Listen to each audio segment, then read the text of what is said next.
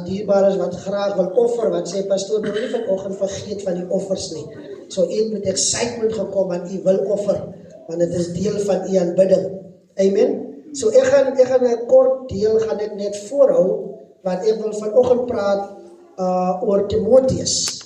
Timotheus oor sy ouma en oor sy ma, want ons sien kinders in. Okay. En dan wil ons op daai manier wil ons die kinders dan terselfdertyd insien en daarna gaan ons die tafel bedien. Ons gaan die woord bedien oor die tafel. Ons gaan net die tafel bedien op grond van die skrif in 1 Korintiërs.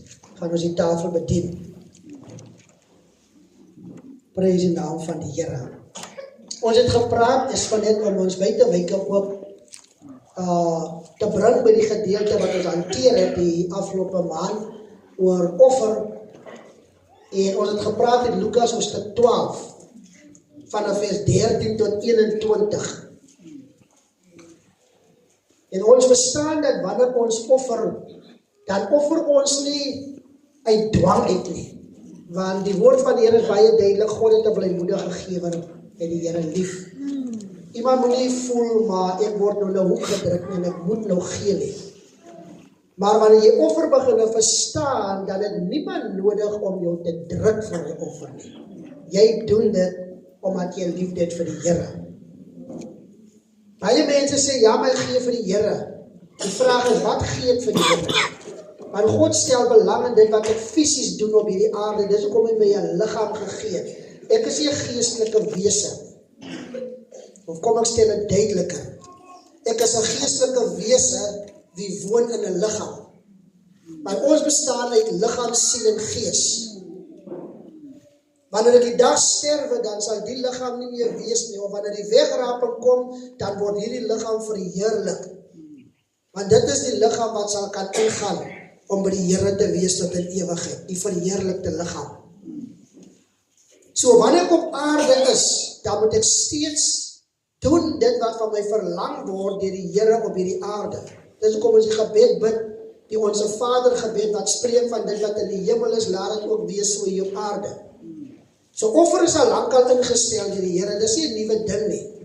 Dis nie iets wat kom eers toe Jakob daar was en so die Jakob sê vir die Here, hy sê Here, as U my, as U dit vir my doen, dis eintlik wat hy sê op grond van dit wat hy lied sê, dan beloof ek dat ek die 10de van alles aan U sal afstaan. So dis nie 'n ding wat deur Jakob nou ingestel is nie. Dit was maar daar gewees. Jakob sê eintlik net vir die Here, Here, as U my seën, as U my veilig hou, dan maak ek 'n belofte dat ek sal altyd 'n 10de deel gee. Dit is hoekom Israel hulle 10de deels nog steeds gee. So as ons Jakob, as ons teruggaan en ons gaan na Abraham hulle toe, Abraham het ook 'n 10de deel gegee. Toe Abraham van die oorlog afkom, en hy sy neefie Lot verlos het uit die hand van die vyand uit. En die koning van Sodom hulle besef het, maar Abraham is dan 'n dinamiese man. En hulle vir Abraham wou bless, sê Abraham, ek wil jy met 'n blessing probeer wees nie, want Abraham het geweet waar kom sy seëninge vanaf. En Abraham sê, maar die manne wat saam met my gekom het, wat my kom help het in die oorlog, dit is nou sy vriende, 3 vriende van Abraham. Hy sê vir hy, julle moet vir hulle seën. Want Abraham wou nie, die manne moet agterna teruggaan en sê, wat my keer nog as vir Abraham, hy kan ons gesien het, die kom goud en goed, dis jy lekker tjom met die nie. So Abraham sê, wees vir hulle 'n blessing. Maar ek is alright. En Abraham vat ook op 'n tyd, toe kom Melchisedek, die hoëpriester. Het staan in die Bybelboek Hebreërs, dit staan ook in die Ou Testament. Kom Melchisedek, hierdie priester van geregtigheid, die koning van Salem, hy kom op die toneel en Abraham vat 'n 10de van alles en hy bless vir Melchisedek. Die Bybel sê 'n priester, 'n hoëpriester in daai stadium wat nie kom uit die orde van Levi nie. 'n hoëpriester wat nie kom in hy lyn van 'n Aaron hulle sou kom nie. Maar 'n priester soos ons Christus Jesus, wie die hoëpriester is, altyd deur van wie Paulus skryf en sê, van hy ene was nie so baie gesê nie, want hulle het aanvaar dit kom uit Levi uit. Nou gaan nie so diep in, die sê vir diegene wat gewoonlik in die teachings is, en wat daai gou by mekaar kan sit. Maar wat ek vir u probeer sê is, tiendes en offers is nie 'n instelling van die kerk van vandag nie, want voor die kruis, toe was dit maar daar. Dis waarom God 'n probleem gehad het saam met Kain. Toe Kain gedink het hy kan God vermaak met sy manier van offer. Toe die eerste twee seuns kom, Kain en Abel, Adam en Eva se kinders, toe hulle twee kom om 'n offer aan die Here te bring, het God gekyk na hoe hulle offer. En Kain, as ek dit so kan stel, Kain het moontlik een van twee dinge gedoen. Sy hart was nie reg toe hy sy offer bring nie. Die ander gedeelte kon wees is, dat die tipe offer wat hy gebring het, was 'n gebreklike offer. Abel se offer daarenteen, was 'n offer wat gekom het, met 'n regte gesindheid, uit 'n regte hart. En dit was 'n goeie offer. Dit is hoekom die Bybel gaan verder, wanneer die nageslagte begin bewus word van offers, en hulle geleer word deur Abraham, hulle Jakob, Isak en Moses hulle, dan word hulle geleer, as jy vir God offer, moenie 'n gebreklike offer bring nie. Dis waarom die priesters, wanneer die volk gekom offer het, hulle gekyk het na die dier wat hulle gebring het, en gekyk het of die dier se oor reg is die ore reg, is die bene reg, die dier moes perfek gewees het, voordat hulle aan God geoffer was. En as die dier wat hulle gebring het, die lam wat hulle gebring het, 'n gebrek aan gehad het, dan was dit weggewys. Nou gaan iemand na die kruis, ons wie heidene was en nou deur die Here verlos en bevry is, nou gaan sommige van ons sê, maar die Here is dan uitsoekerig en dan gaan ek maar nie gaan offer nie. God is uitsoekerig. God soek die beste. God soek 'n goeie offer. Dit is hoekom reg in die Ou Testament moes hulle regte offers bring, met 'n regte hart, met 'n regte gesindheid. Nou na die kruis, toe ons nou verlossing kom smaak, het dit nie gechange nie. Dit sal nooit verander nie, want offer is die manier hoe dat die evangelie ook uitgaan. Offer is die manier hoe dat dinge moet gebeur, maar offer is ook God se manier om te kyk, kan ons hom vertrou met dit wat ons het. As God se manier om te kyk, as ons meer gestel op wêreldsdinge, of ons is gestel op dit wat die Here vir ons kan doen. Waar lê, soos hulle sal sê, waar mense skatte sal jou hart op mos wees. Nou vir party is dit nou die skatlam. My vrou, hy is my skat. Nou jou hart is mos daar by jou skat. Kom ons bring dit sommer nader. Vir die man lief, hy is my skattebal. So jou hart is daar by jou skattebal. Nou die Bybel sê, dit is hoe die mense se hart ook is. As iemand is volgens hierdie gedeelte wil klaarmaak, wie meer behep is met aardse dinge, dan gaan ek my alles gee vir aardse dinge. En ek gaan myself afsny, tot op 'n punt waar ek is wêreld, dan lewe ek so die wêreld. Wanneer ek by die kerk kom, dan gee ek vir die kerk net dit wat ek dink die kerk moet kry.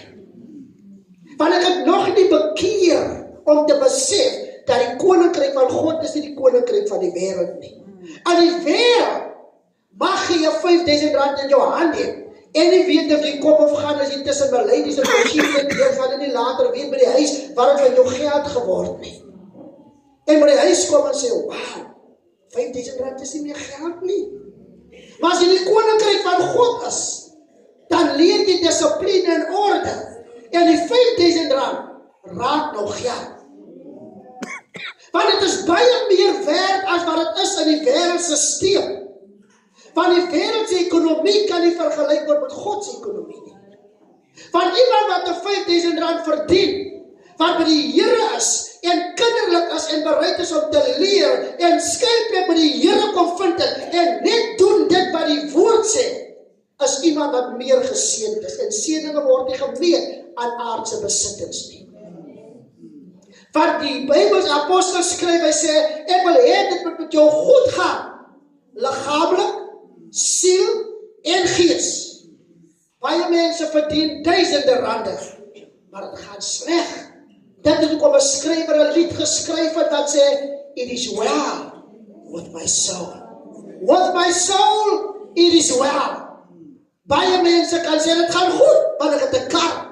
Die tankas, en ek nou die dag gesê, toe ek ongetroud was my eerste rooi kar se tank was altyd op die F. Hy was nooit op E nie. Dat het goed gegaan saam met my. Maar, daar is die goedheid alleen nie. Daar is goed gaan liggaamlik, maar hoe gaan dit met die siel? So dit baat ek klomp geld, of min geld, of wat ook al, of ek klaar aan kry so sware kanskaars, of vir die mense, en ek is werkloos nie, en hoe kan ek vir die Here gee? Self, hulle wat min gehad het in Israel, in die Ou Testament, as hulle nie kon die lam bring nie, dan moes hulle tortelduwe gebring het, maar bring sou jy gebring het, jy kom nie met leë hande voor die Here in die Ou Testament. Dis waarom toe Maria hulle offer ook gebring het van in die tyd toe Jesus besny moes word, hulle het ook tortelduwe gebring. Maar hulle moes ook 'n offer bring.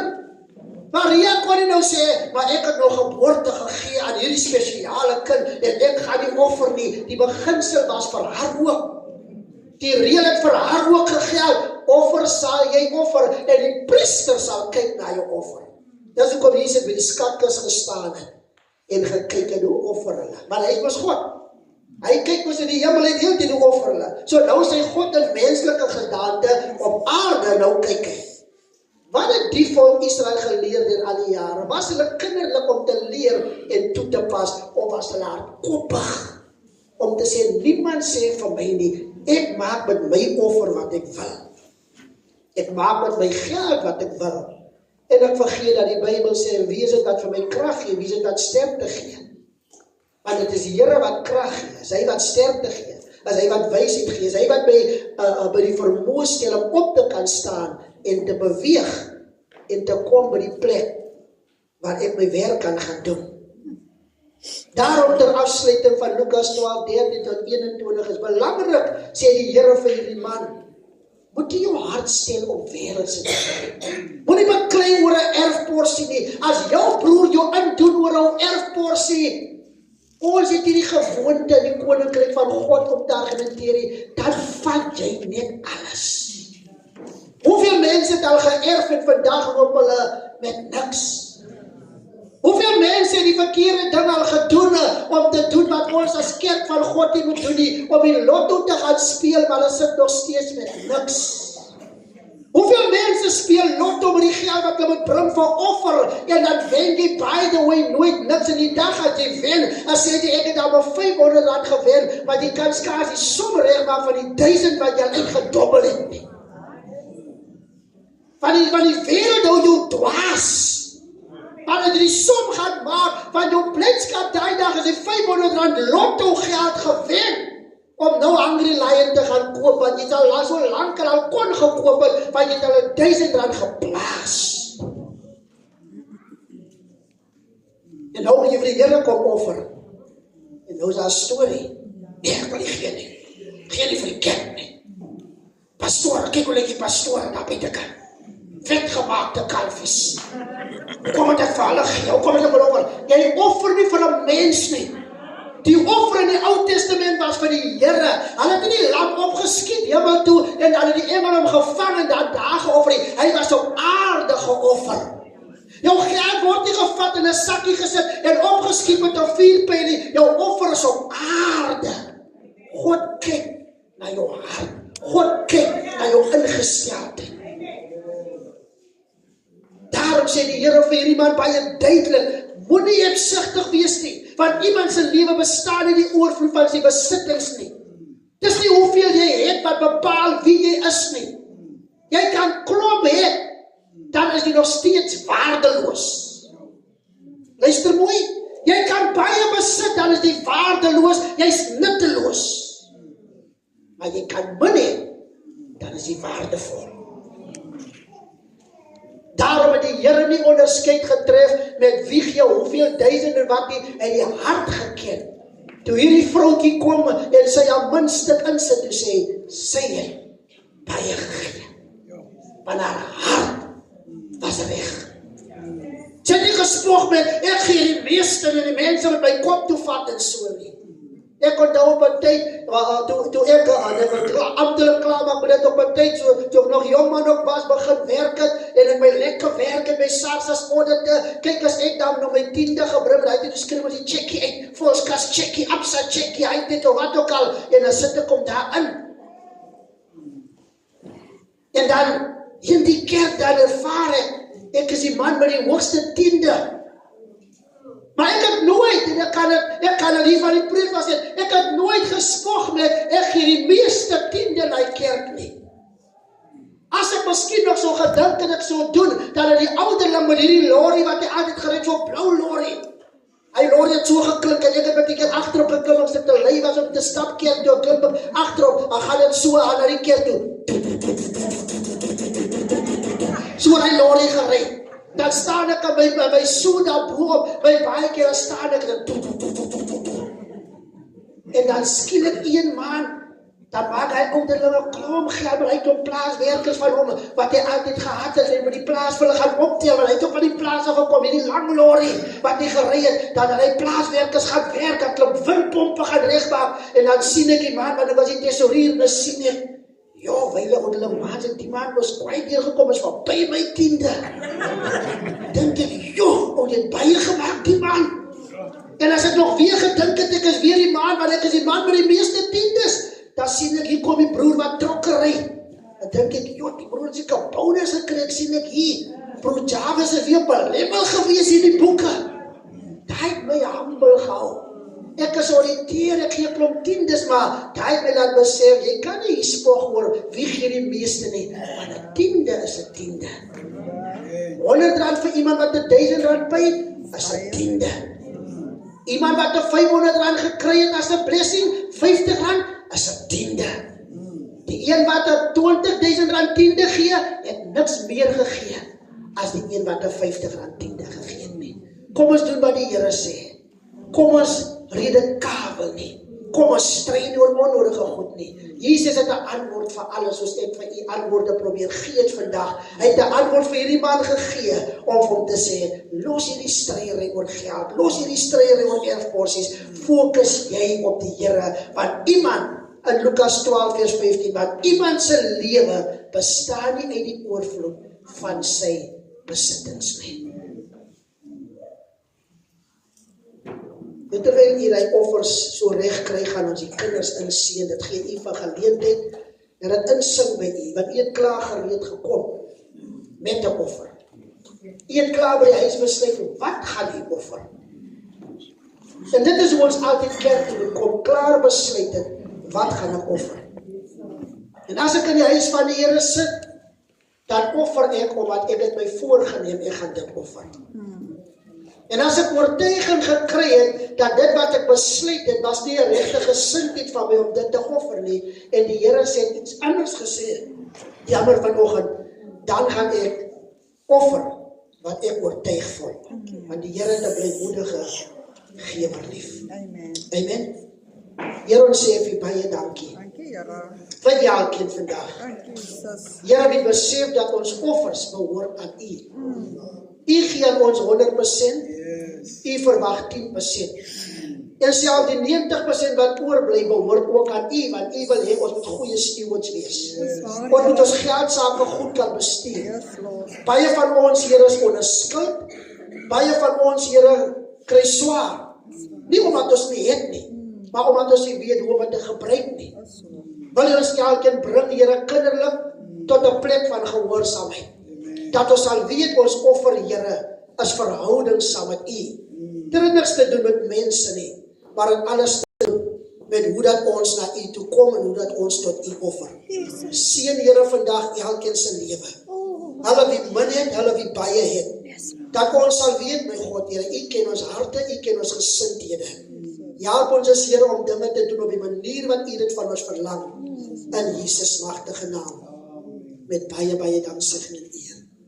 Amen en amen. Amen. Nou terwyl U gereed is, wil ek in hierdie gedeelte voorhou ook self vandag. En ons kinders wat ons inseën, ook self van hierdie oomblik vandag, U hoef nog nie vorentoe te kom nie, hoor. Ek gaan U sê wanneer om vorentoe te kom. Maar Paulus skryf hierdie gedeelte aan die Korintiërs in 1 Korintiërs hoofstuk 4 en U kan daarin bly.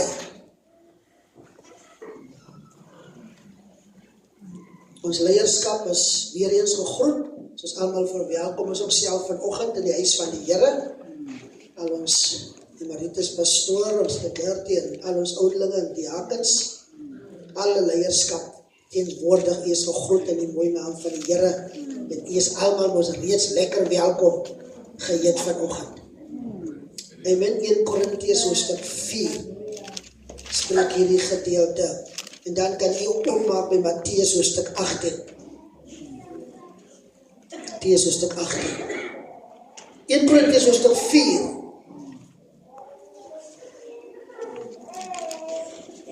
Sê hierdie gedeelte.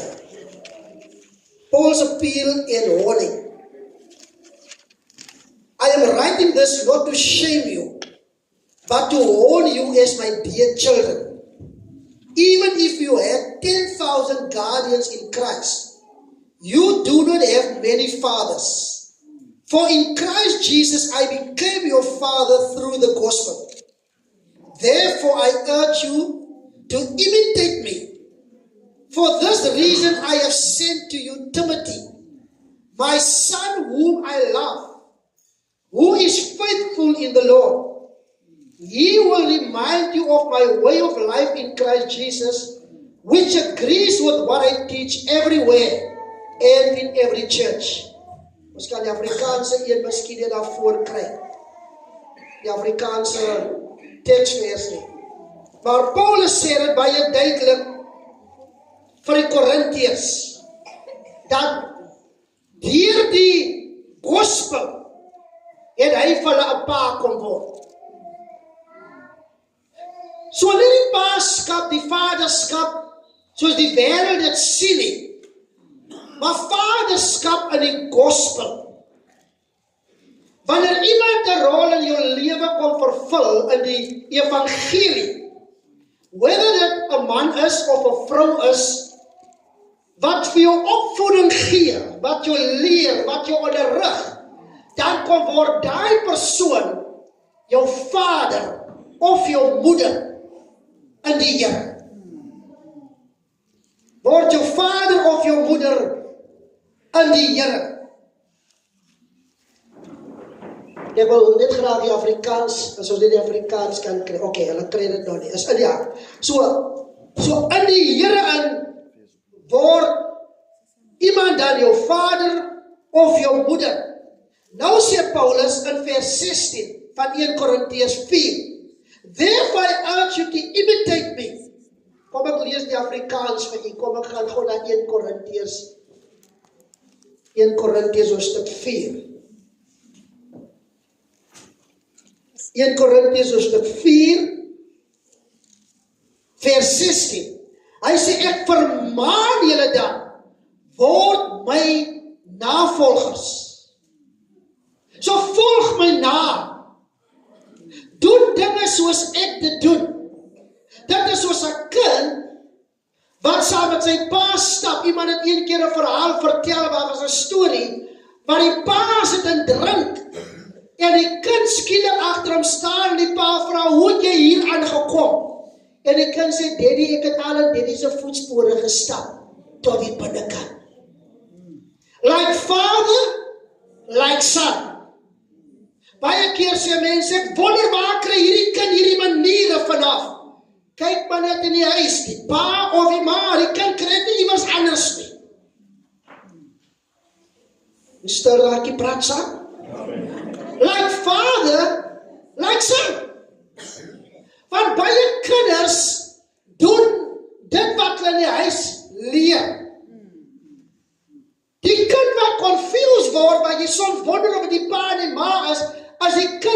veel rondkuier. Die kind is dan by Auntie Dingeshuis, dan by Oompie Dingeshuis, dan by daai en sy, so later weet die kind nie meer vir wie moet die kind navolg nie. Daarom sê Paulus, in Christus, julle as gemeente in Korintiërs, het julle baie ouers, baie paas en maas, maar onthou net, julle kan nie na almal luister nie. Daarom kan my kind nie vir my kom sê, Daddy, maar hulle doen aan hulle huis so nie. Ek is die pa in hierdie huis, waar my kinders bly, en my reëls is my reëls. Daar's baie ouers daar buitekant, maar in my huis is ek die pa. So kinders kan klomp goed te luister daar buitekant, klomp goed te hoor, en klomp dinge ervaar. Maar het is nodig vir 'n pa of 'n ma om die kind in lyn te hou en te sê wat jy ook al geleer het daar buitekant tussen die baie vaders en baie moeders. Ons het nie die gewoonte in hierdie huis nie. Jy ken mos die rules van hierdie huis. Moenie van my vertel wat jou auntie hulle doen of jou oom hulle doen by hulle huis nie. In hierdie huis het ons 'n reël.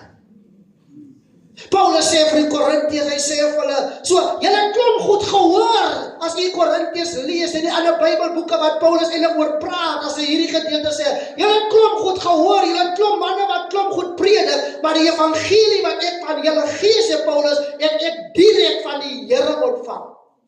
So ek verlang van julle om te doen wat ek Paulus sê julle moet doen. Want ek het vir julle vader geword in die evangelie. I became your father through the gospel.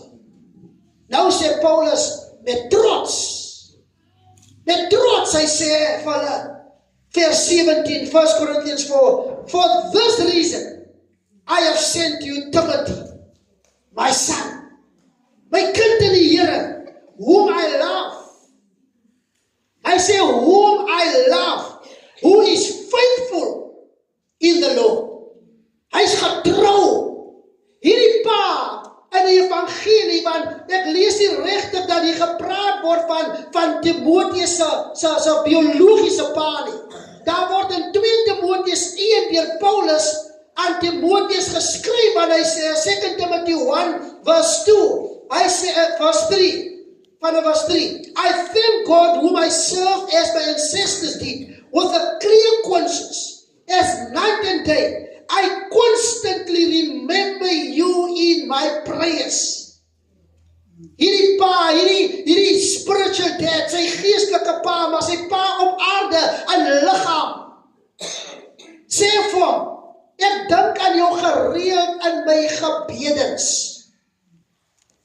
Nou 'n pa kan net dink aan die kind in gebed, as die pa die kind gereeld sien, en sien dit is 'n getroue kind. Kom nou. As die kind 'n visit is in sy eie huis, die pa gaan hom later vergeet. Dis die ma wat baie kere sê, hey, maar ons het dan nog 'n kind, maar die kind is nooit hier nie. Want die kind se lewe te mekaar, die kind is 'n visit in sy eie huis.